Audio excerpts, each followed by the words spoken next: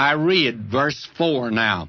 But I will send a fire into the house of Hazael, which shall devour the palaces of Ben-Hadad.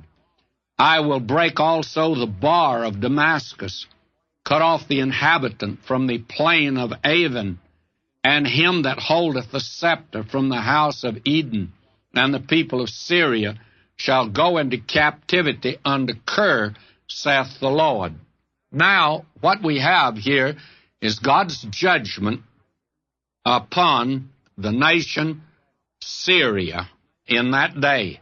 Damascus was the capital of it.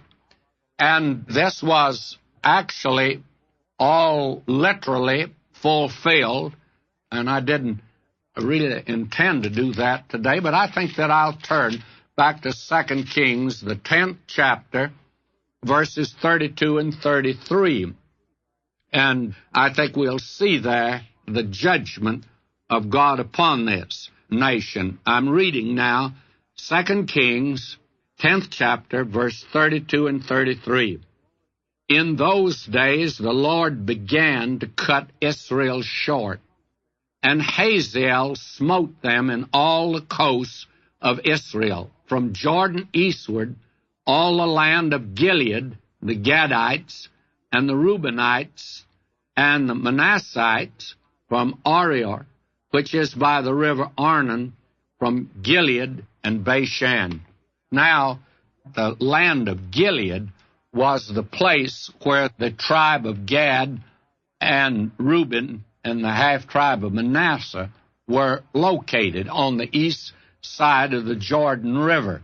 And Syria came down against them first and actually destroyed them.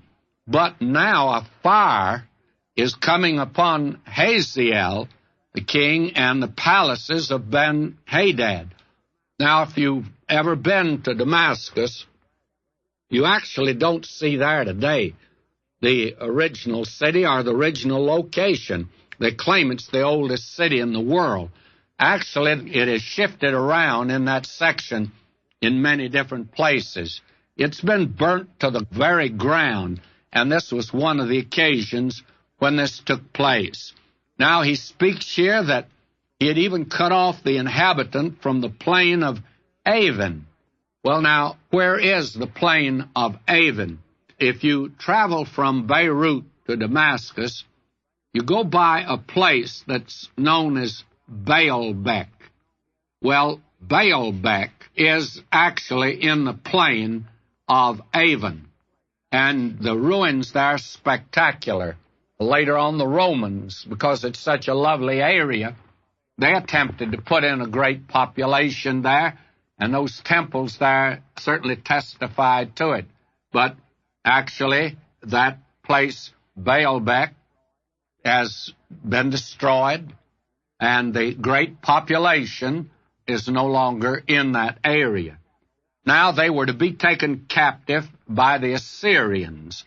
That means their captivity under Kir. That was a province in the Assyrian Empire. It's well to have a geography before us. It makes all of this understandable.